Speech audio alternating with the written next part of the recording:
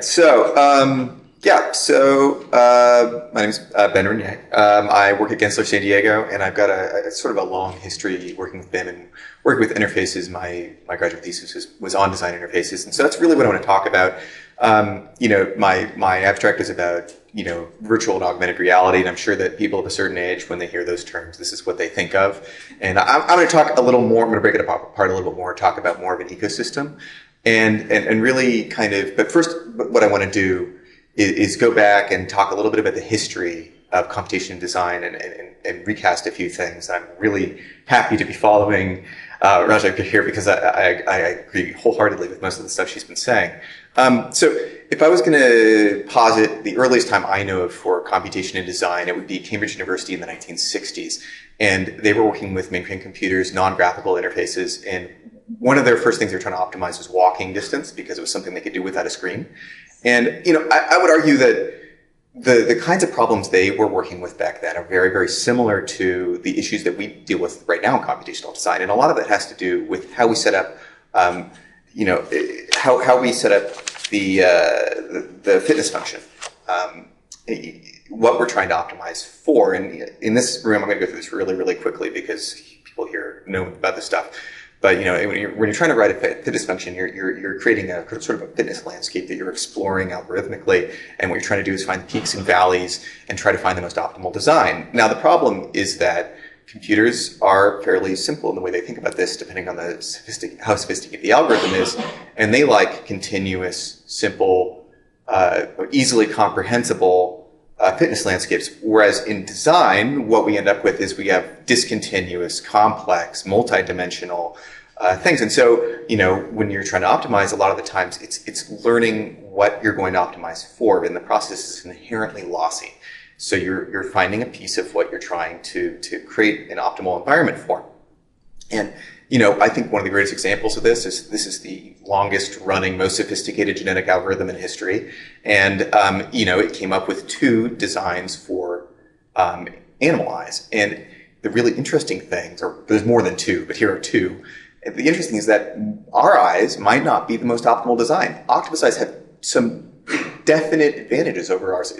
For instance, they don't have a blind spot in the center of their eye.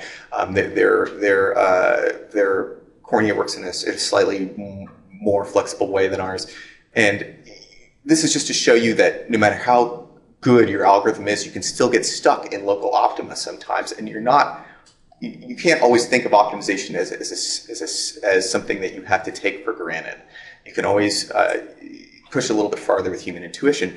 And in fact, that's where I would like to go, is that I feel that the things that humans excel at, pattern recognition, visual tasks, are this exact same things that computers maybe are not the best at. And so instead of thinking about computation design as a process of human replacement, why not think of it in terms of human augmentation?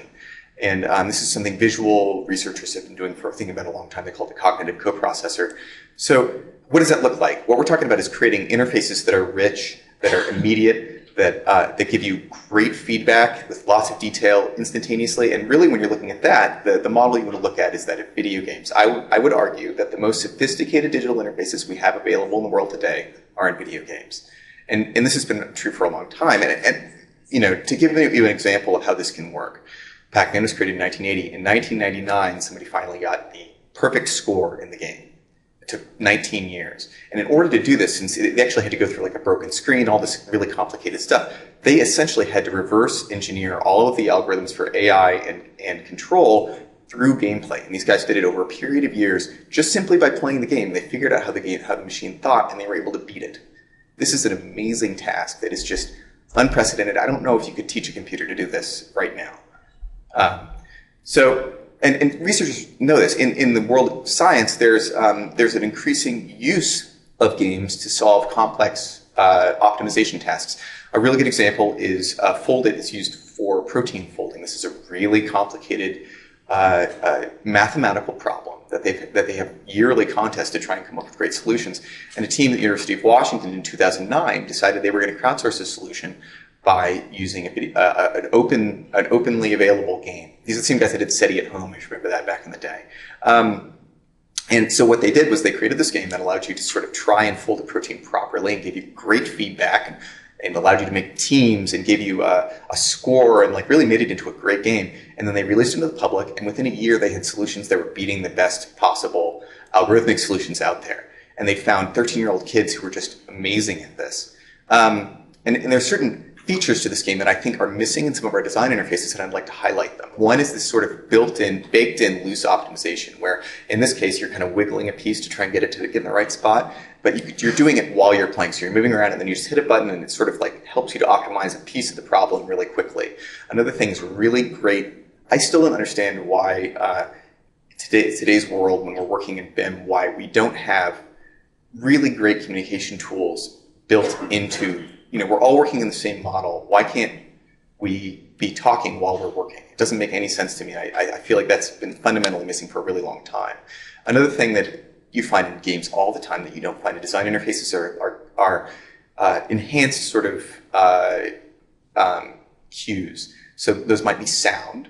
They might be what I'm calling here are glyphs, which would be, they're you know what they are when you see them. It's things like, when you throw a punch in a video game, seeing that little flash that kind of tells you a little bit about how hard you hit.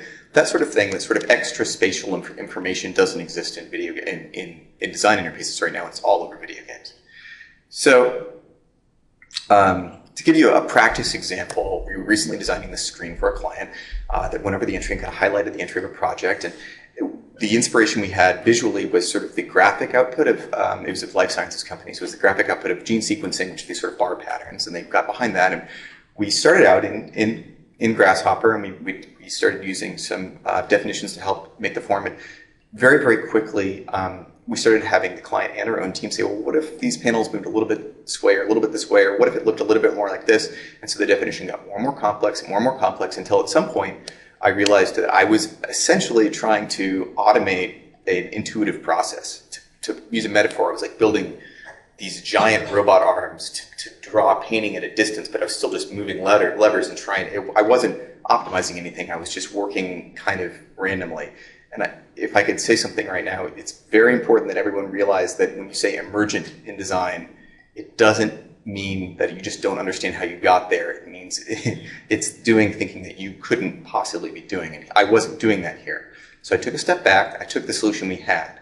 I wrote a very, very small script that allowed you to iterate across the panels and move them manually by 10-degree sequences, which is sort of what we decided. And let the team use that to help get to the right design. And it was so much more direct to be working intuitively on a design that didn't have a clear optimized solution that I feel like we need to be thinking that way more frequently. So how does this relate to VR?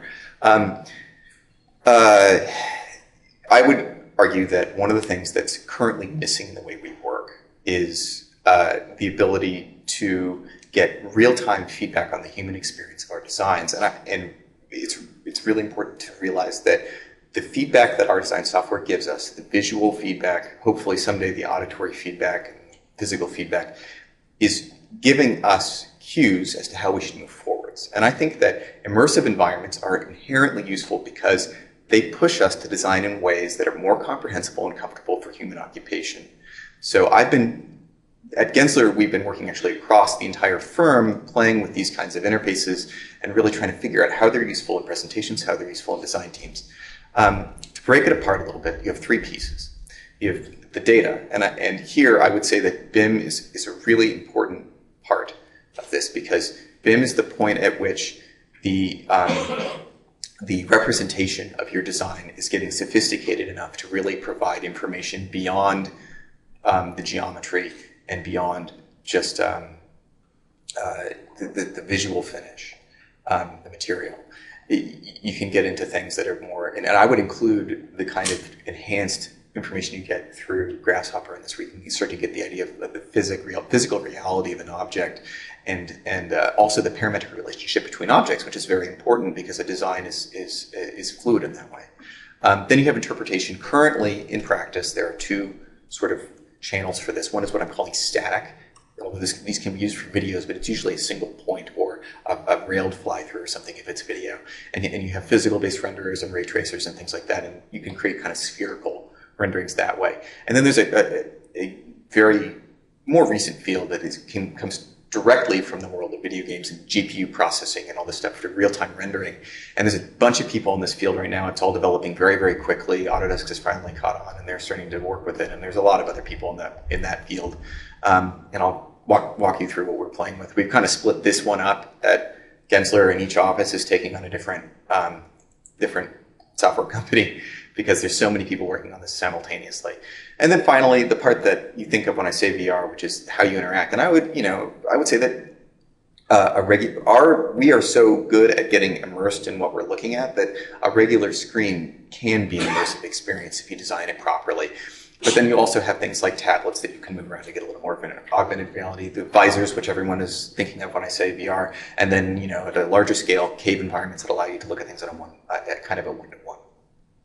So in our office, the sort of dynamic tool we've been playing with is a locally produced tool called Fuser. And the reason that we wanted to play with it is not just because it's from our backyard. I think the company is in Carlsbad, and they're very responsive to the request for new tools. But it does some things that we really like. It has a live link with Revit, which means we can actually do design work within it. It is compatible with Oculus Rift, which means we can get a fully stereoscopic VR environment with it. And it does have pretty good rendering capabilities. It allows us to get an enhanced idea of what the light, what the material, things like that, how that works. In terms of the hardware, we've been playing around with it. There's kind of three sets of visors we've been playing with. The cheapest, which I would argue everyone should go out and get, is Google Cardboard, which costs $10 as long as you have a smartphone. And you can take things straight out of several different rendering solutions straight to it very, very, very easily. A little more sophisticated than that is like Gear VR from Samsung, which is like a similar setup, but it has its own OS. It has some touch controls. It's slightly more sophisticated. And then at the far end of the scale is something like the Oculus Rift, which is still a development kit, still very much a work in progress, but it has the ability to do the more dynamic work where you're walking around and looking at things. So internally, we tend to do a lot of stuff where we will do very, very easy, quick types of rendering, or look at mass, look at light, things like that. And I wanted to show you this because this is obviously what you would get through each eye. And a lot of what we were originally sold on with this was the idea of the 3D experience. And honestly, I think that information channel is one of the less useful ones to us. It's one of the things we've kind of we haven't thrown it away, but I would take better head tracking over good 3D, because the thing is that if you don't get the eye distance just right, it causes a lot of eye strain, and you just don't. We're so good at reading depth cues from images that you don't really need that. If it's nailed perfectly, it's great. But otherwise, I feel like I would rather have better interaction in other ways than perfect 3D. A little practice example, same project I was talking about before. This is an expensive screen, obviously, so we wanted to convey a bunch of reasons that we thought it was a good design. One of those was the experience of going under it. And so we actually, this was a static video example. We created a sun study that was from standing directly under it, hosted it on there's a website called Colorize that lets you host spherical video. And then we gave them a couple ways to view it, just on a screen or using their tablet to look around. And that allowed them to look up, see the reflection in the curtain wall, kind of understand how it related to the experience of walking into this building. And it was really helpful fundamentally to selling this design and really making them understand. I would say that generally the dynamic methods, since they're a little more cutting edge and a little more in beta, we've been using those more internally because it gets our designers love it because they get a better sense of scale and a better sense of things like that. But the static methods are a little easier to control and a little better for client presentations. And I would like to leave you guys with this. If you're presenting to somebody who doesn't read drawings very well, somebody who's not as sophisticated, when you make a rendering, what do you spend a lot of time on? You spend a lot of time on things like scale people and nailing little plants and things in the corners. And a lot of that is shorthand to try and explain to them how they should interpret your design. When you show them design in a more immersive way, you don't need to add that stuff because they're automatically looking at the things that you care about. They're looking at the scale, they're looking at the massing, they're looking at the color, looking at the light. And it's really useful in that way. So in the future, a couple things we're playing with. One is more enhanced ways of, enhanced data kind of ways of showing data to users. So ways of bringing in things like glare, or hopefully in the future, like Eric's going to talk about acoustics, like being able to hear the space would be great. And also sort of more, we're trying to work with Fuser to get better working with the model so you can design while in one of these immersive environments.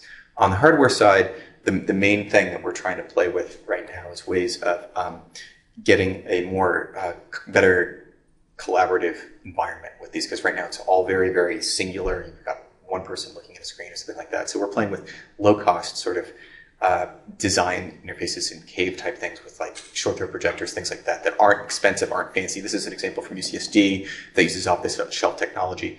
But ways of eliminating the sort of over-the-shoulder experience that everyone is familiar with in design, where you're on the computer and your boss is over your shoulder and they're saying, move left, move right, move left, okay, wait, no. And so like to get everyone on the same level looking around and really understanding it that way. And so we're going to start playing around with this as we move forward. So thanks a lot.